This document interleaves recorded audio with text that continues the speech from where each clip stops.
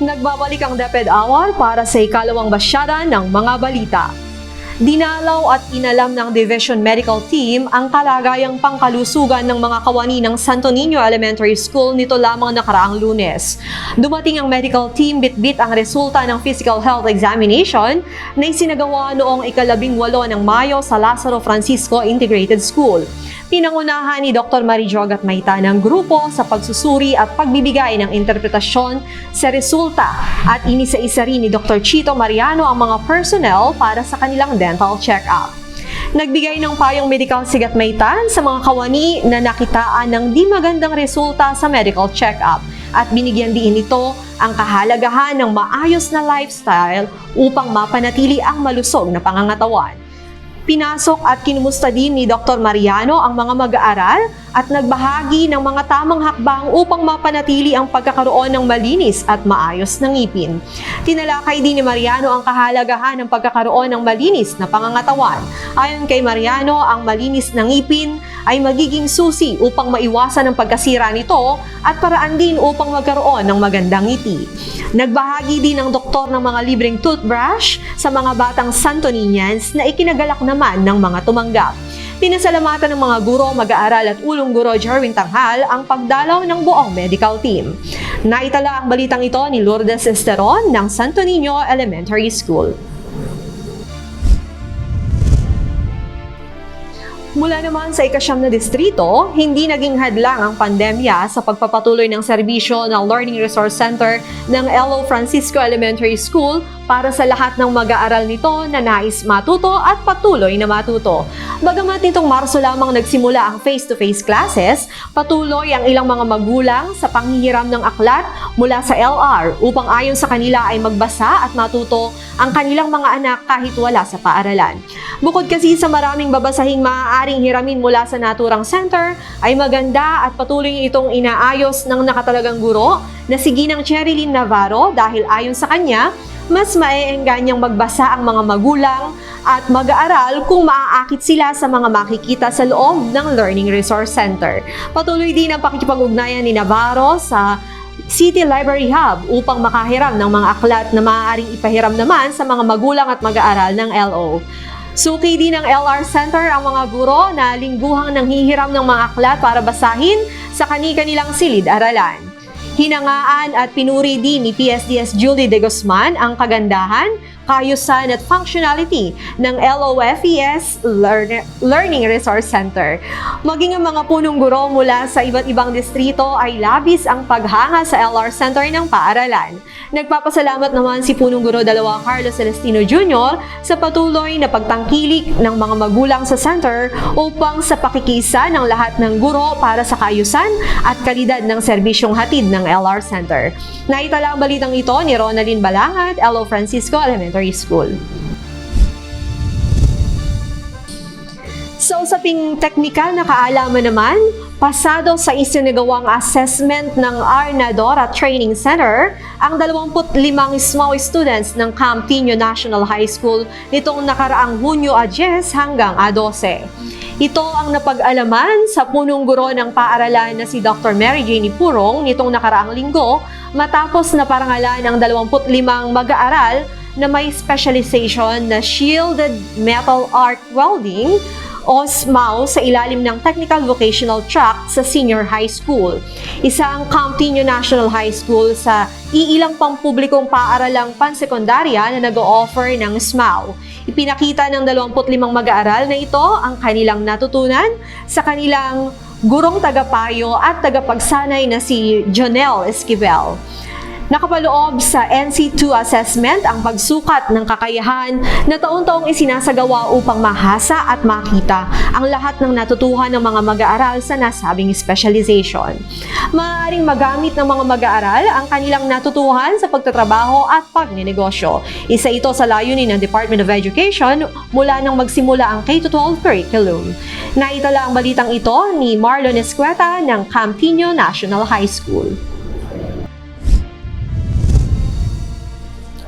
Sa usapang pangkalusugan pa rin, patuloy ang kampanya ng Mayapyap Elementary School upang umangat ang bilang ng mga bakunado sa kanilang mga mag-aaral, guro at mga magulang. Pakinggan natin ang detalye sa ulat ni DepEd Media Bureau Member Mabel Lebuen. Muling pinatunayan ng MES community ang kanilang bukas na isipan sa halaga ng pagbabakuna sa muling pag-arangkada ng vaccination program sa paaralan. Sa pakikipag-ugnayan ng Division of Cabanatuan City sa Cabanatuan City Health Office Vaccination Team, naisagawa muli sa paaralan ang bakunahan laban sa COVID-19 noong 15 ng Hunyo. 34 na mag-aaral na nakatanggap ng first dose na karagdagan sa mga batang bakunado sa paaralan. 29 naman ang naging fully vaccinated nang matanggap nila ang kanilang second dose vaccine. I am fully vaccinated.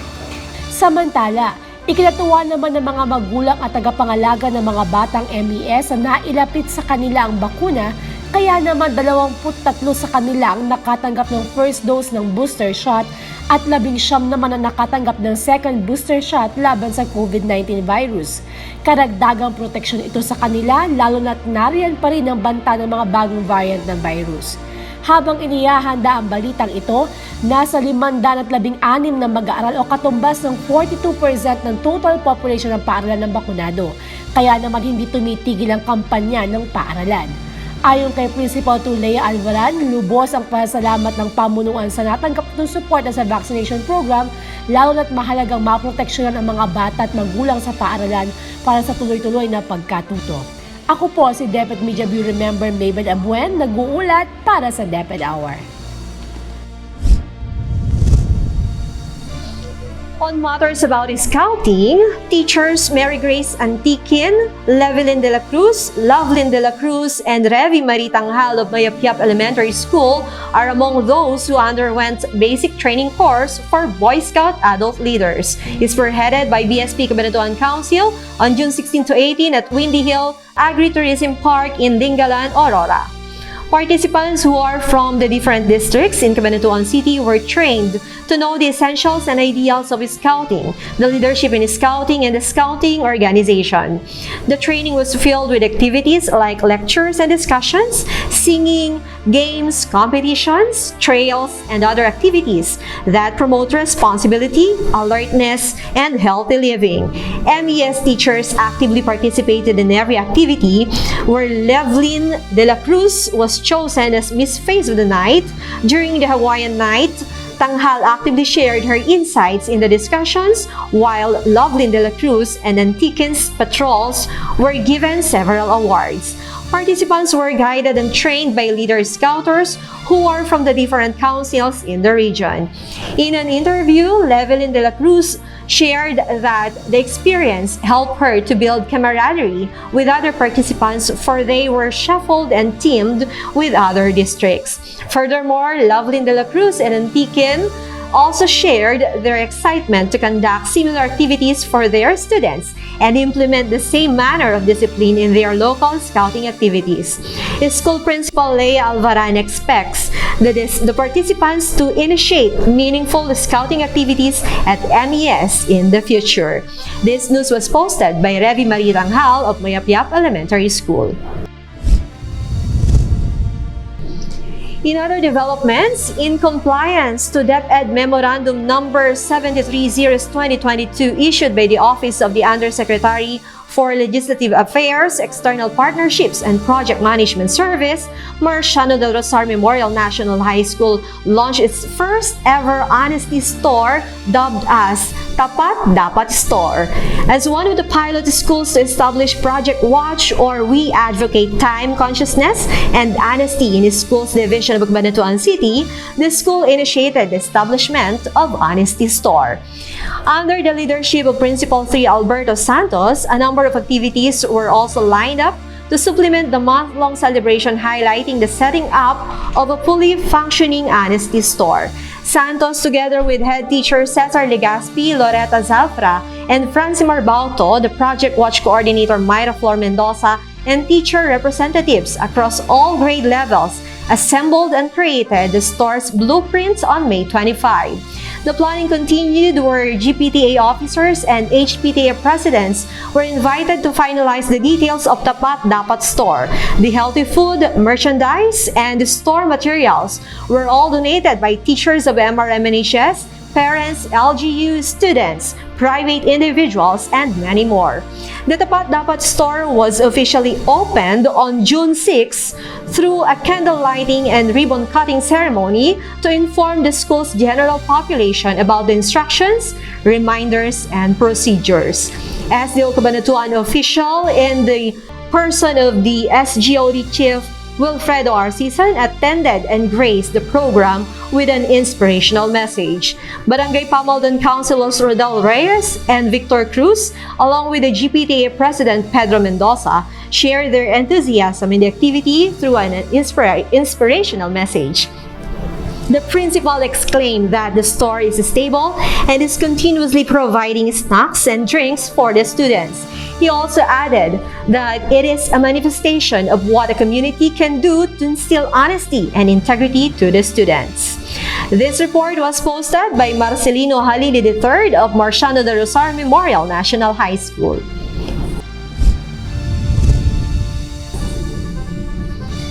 On curriculum improvement, 26 delegates of SDO Cabanatuan City visited SDO San Jose del Monte to benchmark best practices in a special program for journalism and foreign language last Friday, June 17.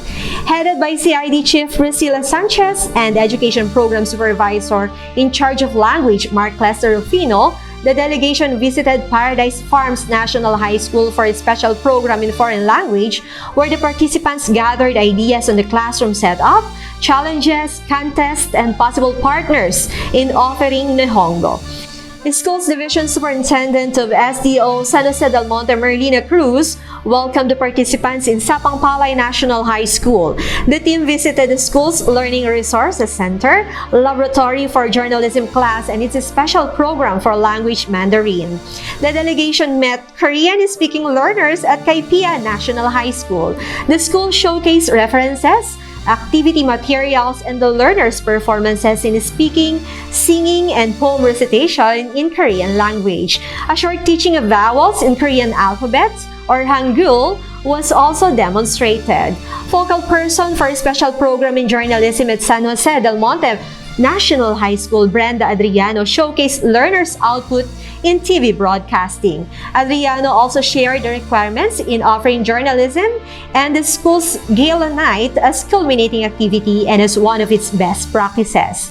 Representatives from Camp Tino Elementary School, Mayapyap Elementary School, Honorato C. Perez Memorial Science High School, Marciano del Rosar Memorial National High School, Camp Tino National High School, and Mayapyap National High School comprised the delegation of benchmarking team spearheaded by Sanchez and Rufino.